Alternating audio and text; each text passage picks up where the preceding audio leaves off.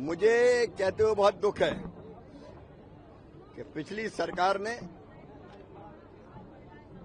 मैं कोई राजनीतिक बात अभियान में नहीं करता, लेकिन पिछली सरकार जो दिल्ली में थी उसने खेती किसानी को कुछ समझा ही नहीं।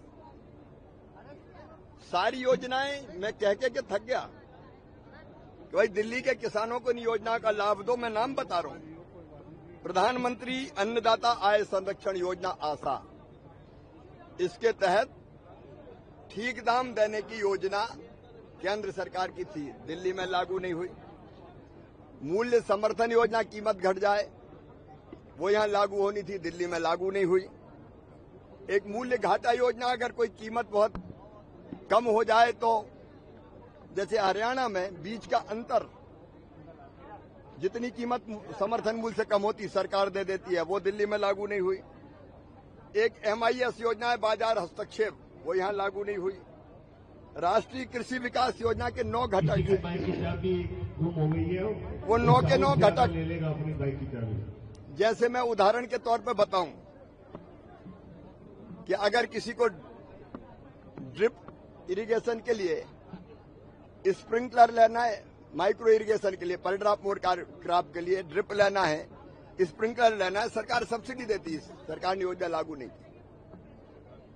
पॉली हाउस, ग्रीन हाउस के लिए केंद्र सरकार सब्सिडी देती, दिल्ली की सरकार ने लागू नहीं की वो योजना।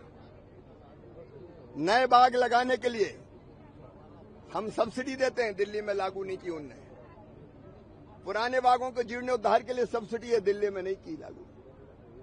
किसानों को उपकरण, कृषि उपकरण, ट्रैक्टर और बाकी सब्सिडी पे देते हैं, दिल्ली ने लागू नहीं की। ऐसी कई योजनाएं हैं। परंपरागत कृषि विकास योजना दिल्ली में लागू नहीं।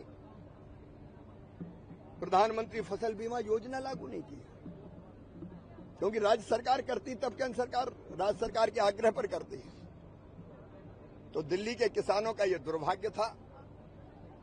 लेकिन दिल्ली की मुख्यमंत्री जी श्रीमती रेखा गुप्ता जी से मेरी चर्चा हुई है, इन योजनाओं के प्रस्ताव तैयार करके वो भेज रहे हैं और अब ये सब योजना दिल्ली के किसानों के लिए लागू की जाएगी। दिल्ली का किसान भी किसान है, वो भी खून पसीना एक करता है, उसके साथ भेदभाव नहीं होगा और सारी योजनाएं हम यहाँ लागू करेंगे। ट्रैक्टर वाली छूट भी दिलवाएंगे सर, जो आपसे मांग की कुछ किसानों ने कि 10 साल में ट्रैक्टर हटा दिया जाता है। बिल्कुल, किसानों ने ये मांग की है, संबंधित मंत्रालय के साथ उसके बारे में बात करेंगे।